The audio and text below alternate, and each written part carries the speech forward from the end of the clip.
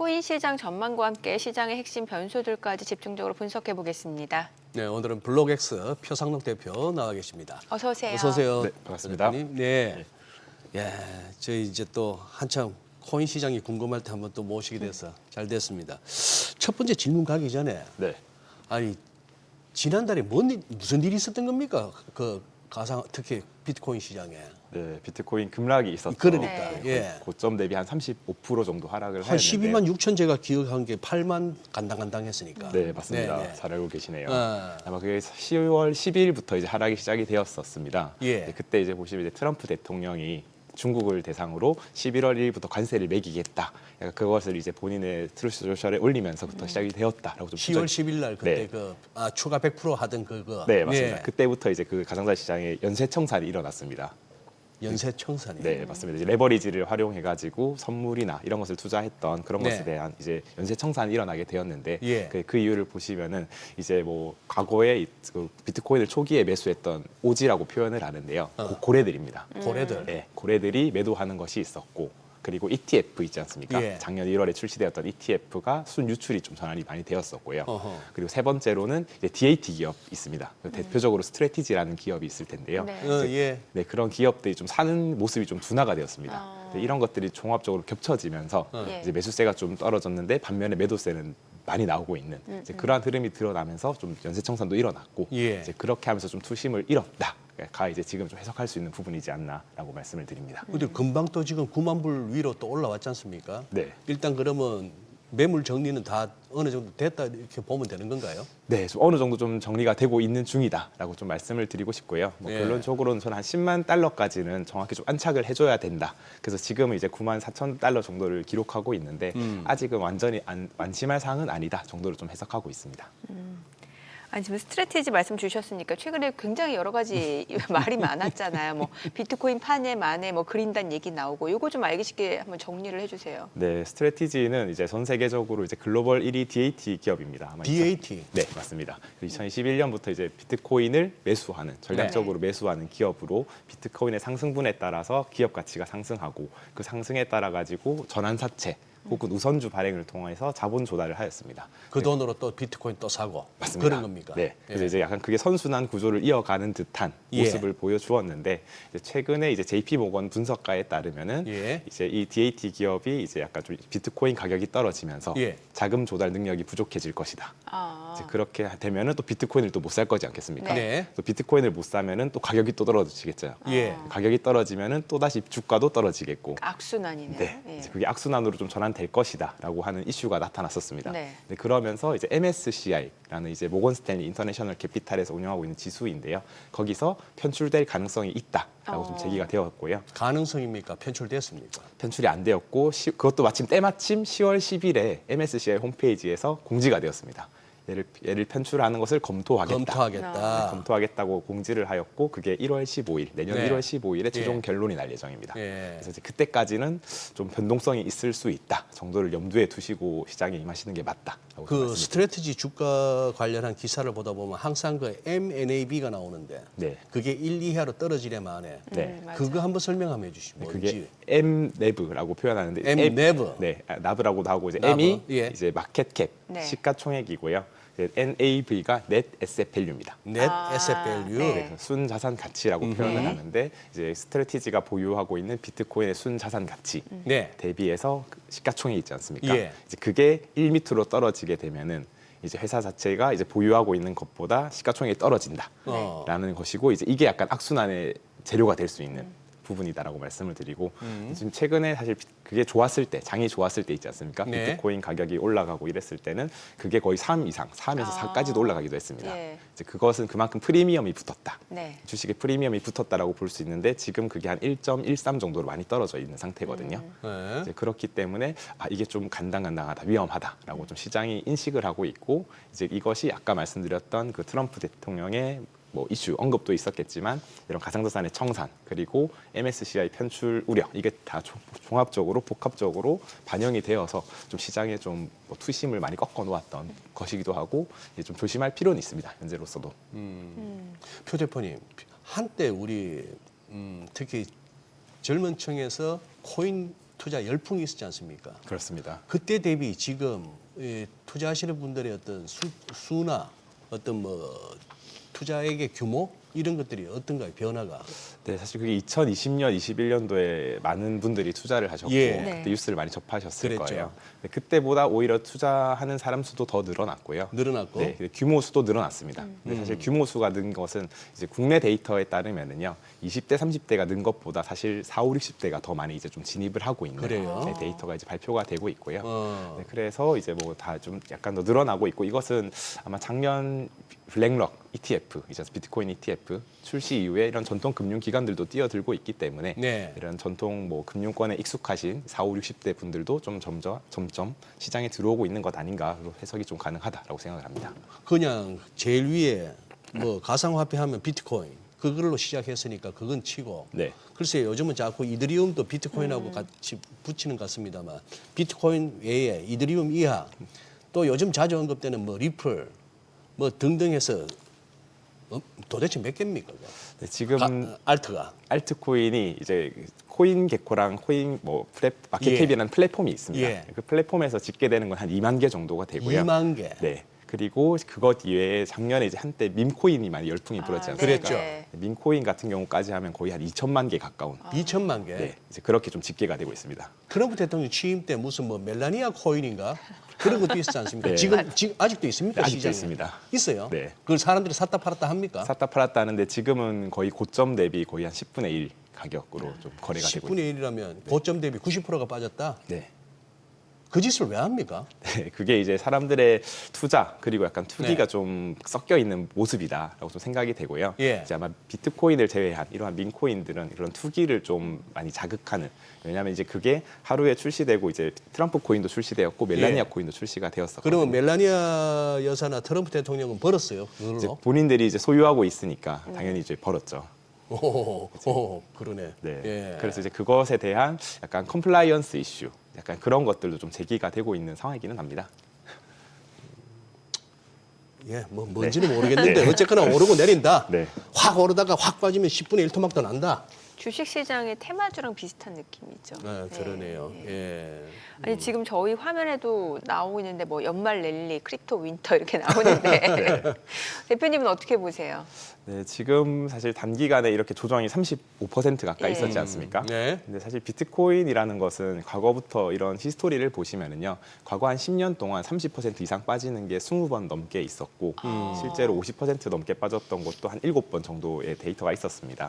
이제 그렇기 때문에 이러한 변동성은 사실 뭐 오래 투자했던 분들에게는 익숙한 상황이다라고 볼 수 있는데, 이제 지금 처음 들어오셨던 분들에게 좀 위기가 될 수도 있는 상황이고요. 예. 사실 또 연초 대비해서 지금 가격도 거의 뭐 비슷한 수준입니다. 그래서 사실 뭐 다른 S&P나 뭐 나스닥 이런 것들은 전부 다 한 15% 20%씩 상승을 했는데 상대적으로 좀 덜 상승했고, 반면에 이제 글로벌 M2 결국에는 이런 유동성이 증가하면서 자산 시장이 상승을 하게 되는데, 이런 자산 시장 상승일 상대적으로 좀 집중을 못 받았던 비트코인이거든요. 이제 그렇기 때문에 저는 오히려 뭐 이렇게 크립토 윈터가 온다라기보다는 오히려 이런 뭐 건전한 조정이었고, 오히려 저는 상승 과정 중에서 업사이드가 좀 더 남아 있는 상황으로 저는 좀 해석을 하고 있습니다.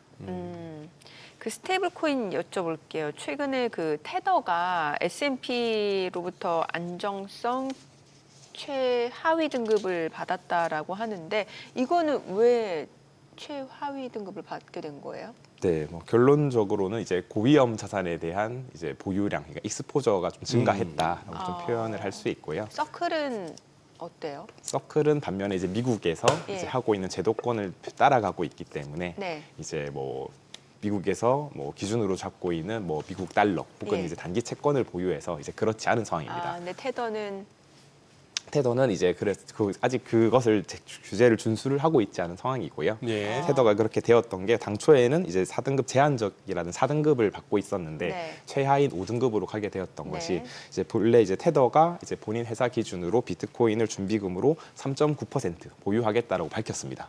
3.9%를 보유하겠다고 밝혔는데 실질적으로 이제 감사나 조사를 해보니까 5.6%. 이제 본인들이 설정했던 기준보다 많아지게 되었던 것이고요. 네네. 사실 이렇게 상승장이었으면 사실 큰 이슈가 안 되었을 겁니다. 그렇죠. 근데 하락장이었기 때문에 하락하면서 익스포저가 큰 상황인데 3.9%를 보유하고 있었으면 덜 하락했을 텐데 예. 이제 5.6%를 보유하다 보니까 그 하락분이 크게 되었고 이제 본인들이 보유했던 총 자산 만약에 고객들이 내 돈을 좀 빼가고 싶어 예. 이랬을 때 뱅크런 이슈가 또 발생될 수 있지 않습니까? 이제 그런 것을 좀 전반적으로 이제 판단을 해서 S&P에서 최하 등급인 5등급을 매겼다 정도로 좀 해석할 수 있습니다. 네. 지금 이 스테이블 코인에 대한 중국의 입장은 어떻습니까? 네, 중국이 또 최근에 보도가 되었습니다. 예. 그래서 스테이블 코인은 명확하게 금지를 하겠다라고 그래요? 그러니까 네. 불법이라고 얘기했다면서요. 네, 불법까지. 이제 그러면서 이제 이 12월 1일에 그 이야기가 나왔었는데 네. 예. 이제 그러면서 그때 또 잠깐 충격이 있었습니다. 그때도 네. 어. 사실 뭐 중국의 입장은 사실 일관되었다라고 저는 생각을 하고 있습니다. 아마 네. 2021년 5월부터 가상자산 채굴도 금지를 하였고 동시에 거래도 금지를 하였습니다. 근데 그것을 다시 와서 우리는 다시 가상자산을 거래를 금지하고 또는 스테이블 코인도 뭐 이미 안 했지만 CBDC를 하고 있었기 때문에 안 하고 있었지만은 금지한다라고 이제 언급을 하면서 시장에 좀 위기감을 조성하였는데 이제 반면에 이제 중국은 그런 본토에서는 그런 움직임을 나타내고 있고 홍콩이라는 곳에서는 이제 다시 또 스테이블 코인을 도입하려는 시도를 하고 있는 홍콩에서는요? 상황이거든요. 네, 그래서 약간 좀 다른 결로 움직이고 있다 정도로 좀 해석할 수 있습니다. 네. 지금 이제 한참 비트코인 시세가 변동성이 클 때 이게 유동성을 가늠할 수 있는 지표다라는 얘기 많이 나왔잖아요. 그런데 지금 상황이 좀 급변했습니다. 이제 이번 FOMC에서 미 연준이 금리를 인하할 것이라는 기대감이 커지고 있는데 그렇게 되면 이제 이 가상자산 암호화폐 쪽에서도 좀 유동성 증가를 좀 기대해 볼 수 있는 상황인 건가요? 네, 저도 그렇게 좀 생각을 하고 있습니다. 예. 최근에 이런 유동성 장세가 사실 20년, 21년도에도 많이 겪어보셨을 것 같은데요. 네. 이제 그런 유동성이 증가하면은 자산으로 인식되는 뭐 주식이나 부동산 다 이제 올라가는 것은 당연한 것입니다. 그렇지만 최근 보시면은 한 8월 보통 이제 비트코인과 이제 글로벌 M2라고 표현을 하는데 글로벌 M2가 약간 10주 선행해서 이제 상관관계가 한 90% 이상을 유지해 왔었습니다. 그렇지만 이제 8월부터 이제 약간 그게 좀 반전되었던 흐름이 나타나고 있고요. 이제 그럼에도 불구하고 FOMC의 기준금리가 좀 인하될 것이다라는 기대감이 늘어나게 되면은 네. 이제 비트코인 가격이 좀 올라가고 반대로 기대감이 좀 떨어지고 동결하겠다라고 하면 좀 하락하는 움직임이 나타났었거든요. 네. 지금도 마찬가지라 생각합니다. 이제 다음 주에 이제 FOMC가 있지 않습니까? 네. 이제 그럼과 동시에 이제 트럼프 대통령이 차기 연준위원장도 이제 좀 교체를 이제 5월에 될 예정인데 예. 그것을 이제 좀 잠재적인 후보가 한 명으로 줄어들었다라고 이야기를 하면서 또 시장에 좀 긍정적인 흐름을 예. 또 가져왔습니다. 근데 그 이유는 또 이제 차기 연장 후보로 이제 예상되는 인물이 케빈 해시라는 예. 인물인데요. 이제 그분은 좀 긍정적인 금리 인하에 좀 적극적인 지지를 하고 있는 상황이기 때문에 이제 그런 부분이 반영되면서 비트코인 가격에도 좀 영향을 주었다라고 판단이 됩니다. 예. 지금 말씀하신 거에 조금 이렇게 이제 숟가락을 얹자면은 그 무슨 공개적인 자리에서 뭐 거의 한 명으로 압축됐고 차기 연준의장 지금은 말하라면 말할 수도 있다 하면서 땡큐 케빈 한 거예요. 그러니까 케빈 헤셋하고 케빈 워시가 있는데 그렇죠. 지금 분위기는 케빈 헤셋이었고 예. 그거는 뭐 저기 베센트도 그거 하고 했는데 거기서 왜 트럼프 대통령이 땡큐 케빈에서 끝났나 싶었더니 트럼프 대통령은 케빈 워시한테 마음에 짐이 있는가 봐, 부담이. 저 뭘 제대로 챙겨주지 못한 거에 대한. 듣기로는 애초에 재무장관도 시키려고 했는데 그냥 베센트가 치고 들어온 겁니다. 치고 들어가지고 그 최고 인사권자가 있는데 아마 크리스마스 전에 발표될 거예요. 이러니까 기분 좋겠습니까? 그러니 요즘 트통 이렇게 표정 보면은 너 좀 그래도 되냐 하는 표정도 잠깐 보이는데 어쨌거나 케빈 헤셋이겠죠. 근데 지금 이것과 연결해서 트럼프 대통령의 이제 정치적 영향력 내지는 뭐 그걸 제일 볼 수 있는 게 지지율인데 네. 아니 어제 저희 정치타임에서도 그런 그래프를 봤어요. 같이 가더라고요. 코인 시세하고 트럼프 대통령 지지율을 하고 네. 이거 뭐 의미 있는 분석입니까? 네, 되게 뭐 그렇게 볼 수도 있고요. 네. 사실 뭐 시장이라는 것이 저는 복합적인 요소가 작용하는 것이기 예. 때문에 그것이 뭐 일정 부분 영향은 준다 정도는 생각합니다. 사실 왜냐하면 트럼프 대통령이 이제 작년 7월 트럼프 대통령 이제 후보자 시절 당시에도 이제 미국을 크립토 수도로 만들겠다. 이제 비트코인 2024 컨퍼런스에서 발표를 하였습니다. 예. 이제 그와 함께 시장은 급등을 하였고 그래요. 실제 당선이 되면서 더욱 더 상승을 하였고 예. 이제 그러한 흐름들이 나타났기 때문에 뭐 과거에는 이제 비트코인 반감기 사이클을 많이 이야기했었는데 이번에는 트럼프 사이클이다. 이러한 움직임도 나타났고 이제 말씀 주신 것과 같이 이런 트럼프에 대한 지지율이 떨어지면서 뭐 비트코인도 같이 하락하는 것 아닌가. 물론 그런 분석도 뭐 일부의 의견으로서 뭐 들을 필요가 있다. 저는 생각을 하고 있습니다. 그래요. 네. 근데 앞서 그 주요국 중앙은행 좀 질문을 드렸는데 오히려 또 일본 같은 경우는 이제 금리 인상 얘기 나오고 있잖아요. 그러다 보니까 이게 각국별로 그 중앙은행 간의 통화 정책이 지금 엇갈린 모습인데 그럼 어때요? BOJ 금리 인상하게 되면 이거는 또 가상자산 시장에는 어떤 영향을 미칠 거라고 보세요? 네, 이게 사실 뭐 악영향을 끼칠 수 있다. 예. 이제 말씀을 드리고 끼칠 싶고요. 수 있다. 네, 이게 작년 아마 8월일 겁니다. 예. 그때 기억하시는 분들 계시겠지만 그때 일본이 금리 인상을 하면서 엔캐리 트레이딩 청산 우려가 많이 확산이 되었고요. 네. 엔캐리 트레이딩이라는 것이 이제 저금리인 일본 엔화를 빌려서 이제 타국 통화를 통해서 이런 해외 자산, 주식이나 동산, 부동산 이런 것들을 뭐 투자하는, 운용하는 전략이긴 한데요. 이제 엔화의 이런 금리가 올라가게 가게 되면은 그것을 매도하고 청산하고 다시 좀 돌아오는 네. 회귀하는 경향성이 나타날 수 있기 때문에 이제 그때도 이제 비트코인 그리고 뭐 주식시장 같은 경우도 하루에 5% 이상 이렇게 하락하는 움직임이 나타났었고요.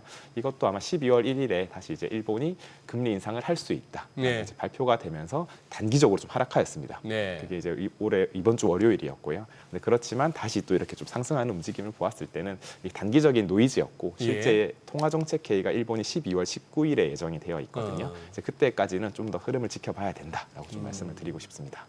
표 대표님, 이거 뭐 미리 질문지는 안 보내드렸습니다만, 아니 코인 하는 후배들 얘기가 100배짜리, 150배짜리 레버리지가 있다면서요, 이 시장에. 네, 있습니다. 아니 그 말은 100배짜리 같으면 시세가 1%만 빠져도 그냥 자기 원금 다 날아가는 거 아니에요? 맞습니다. 그걸 하고 있어요, 실제? 네, 사실 이제 저희 국내 거래소에는 그런 것들이 제한이 되어 있어서 국내는 제한인데. 네, 이제 예. 그게 저희가 국내 거래소에 있더라도 이제 해외 거래소로 보내서 예. 그 거래를 할 수 있습니다. 그래요? 근데 그게 특히 뭐 대표적으로 뭐 바이낸스라는 거래소인데요. 거기도 이제 125배까지 125배까지. 가능하고 이제 거래소마다 100배인 곳도 있고 뭐 150배인 것도 좀 다양하게 있습니다. 말씀 주신 것처럼 1%만 변동이 되어도 사실 청산이 될 수 있는 예. 것이기 때문에 사실 위험하다 생각을 하고 있고 저도 기본적으로 이제 가상자산 그러면 지난달 같은 그런 시세가 나왔을 때는 그거 뭐 전부 그냥 다 녹았겠네요. 네, 그냥. 맞습니다. 아. 네, 사실 뭐 2배 레버리지를 하는 게 가장 안전한 거라 생각을 하고 있거든 사람들이. 근데 그런 사람들도 실제 10월 11일 대청산 사태 때는 전부 다 청산을 당했습니다. 청산을 당했다고요? 네, 왜냐하면 이제 그때 단기적으로 보시면은 비트코인도 한 20-30% 빠졌는데 알트코인은 대부분 50%에서 70% 빠졌고요. 아하. 심지어 하루 만에 99% 빠진 코인도 있었습니다. 근데 만약 그런 코인을 자산으로 레버리지를 2배로 썼으면은 네. 당연히 다 청산이 되었겠죠. 그렇죠. 사실 저는 선물의 끝은 항상 청산이다라고 계속 말씀을 드리고 다니거든요. 네, 선물의 끝은 청산입니다. 아, 그래서 항상 이제 선물은 좀 조심하셔야 된다. 왜냐하면 가상자산 시장 자체가 특히 변동성이 큰 곳이지 않습니까? 네네. 그 이런 뭐 30% 이제 상한 제한도 없고요. 그렇기 때문에 웬만하면은 현물을 가지고 하지 말라. 하는 게 좋습니다. 네. 선물은 하지 말라. 현물을 하고 선물을 좀 안 하면 좋겠다. 청산이다. 네. 네. 뭐 코인에 대해서 이제 뭐 왈가왈부는 이제 오랜 세월 지났고 관심 있으신 분들은 뭐 이런 20분짜리 이거 갖고는 되겠습니까? 우리 표상록 해서 하면은 아마 유튜브에서 많이 도움을 받을 수 있을 것 같네요. 네. 예, 그래요. 그거 합니다. 뭐 물어볼 건 많습니다만 표 대표님 궁금하네요. 이거는 뭐 각자 말하기 나름인데 네. 지금 이제 8만 불 다시 이제 거기서 바닥 잡고 9만 불 회복한 거. 자 10만 불 넘어간다. 아니다 이거 8만 불 밑으로 간다. 어느 쪽으로 보세요 지금? 네, 저는 사실 이게 단기적으로 보냐 장기적으로 보냐 예. 저 다르거든요. 시기가 문제죠. 네, 예. 사실 시기의 문제이고 예. 그것을 뭐 맞추기는 어렵습니다. 뭐 그래서- 장기적으로는 저는 결국 죽어요. 네, 네, 네, 단기적으로는 좀 더 살 예. 수 있겠지만 네, 그렇습니다. 장기적으로 뭐라고요?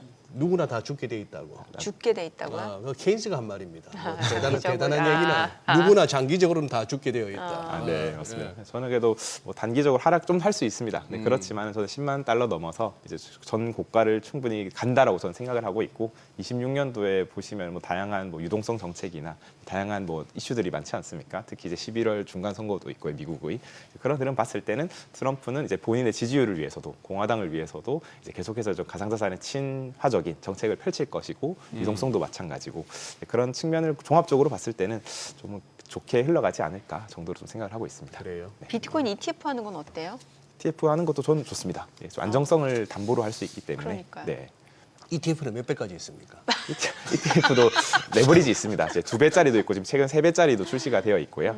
이제 국내는 사실 안 되고요. 해외에 있는 ETF들 해외는? 이야기를 말씀드리는 겁니다. 소장님 어차피 안 하실 거잖아요. 아니 궁금해서 ETF 시장에서는 몇 배까지 하나 싶어가지고. 네, 그렇습니다. 알겠습니다. 오늘 내용 잘 들었습니다. 고맙습니다. 네, 감사합니다. 감사합니다.